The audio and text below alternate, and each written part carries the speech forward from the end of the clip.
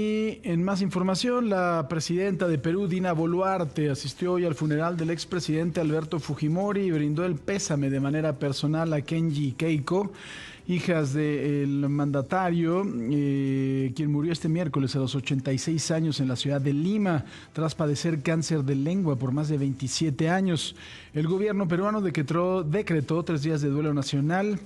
Y los restos mortales del expresidente fueron trasladados hoy al Museo de la Nación, sede del Ministerio de Cultura, en donde se instaló la capilla ardiente. Permanecerán ahí hasta el próximo sábado.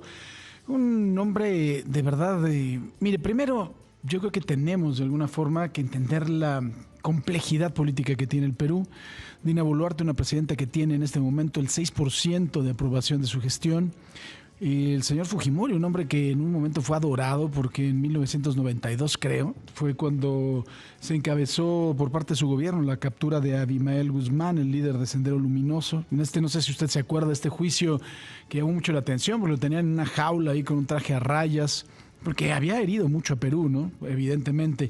Pero mire, vamos a platicar con Omar Jordán, que nos tiene todos los detalles. Querido Omar, ¿cómo estás? Buenas tardes. ¿Cómo estás, Francisco? Muy buenas tardes. 3 de la tarde aquí en Lima, Perú.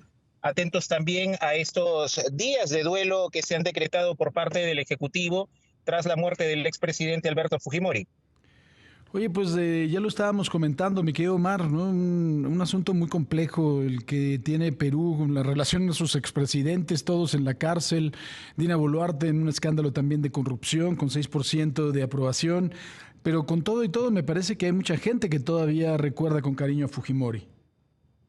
Para algunos que lo recuerdan con cariño, pero también hay posiciones críticas. Recordemos que el expresidente también ha sido sentenciado en algún instante también por homicidio y delitos de corrupción.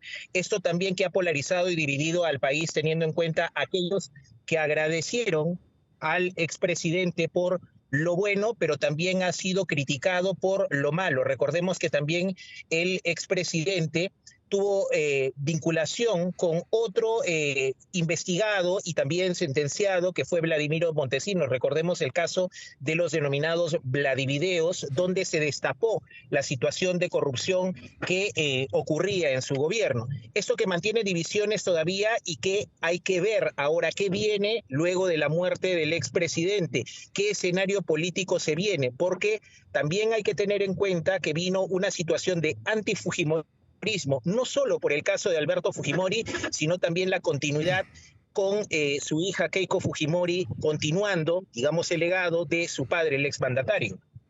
¿Qué sigue, mi querido Omar, para el Perú? ¿Qué es lo que va a pasar con con Dina Boluarte? ¿Qué sigue para el Perú? ¿Cómo lo ves tú?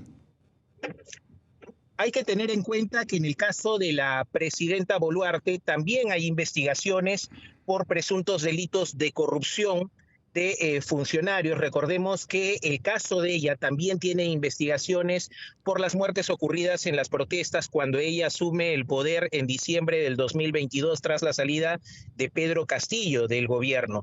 Ahora, el escenario político de la presidenta es que hay que ver también cómo van a ir surgiendo o cómo van a ir moviéndose los partidos en torno a esta situación. Hay que tener en cuenta que en los últimos registros de organizaciones políticas estamos hablando de más de 34 partidos que están registrados, una situación sui generis en el país y que podría también generar un cierto clima de incertidumbre para que la ciudadanía peruana pueda elegir a los próximos gobernantes de cara al 2026, que sean las elecciones generales, se elijan también representantes en la Cámara de Senadores y Cámara de Diputados que va a volver a partir del 2026 a nuestro país.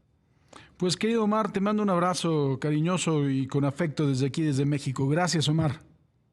Un fuerte abrazo, hasta una próxima oportunidad. Igualmente, gracias.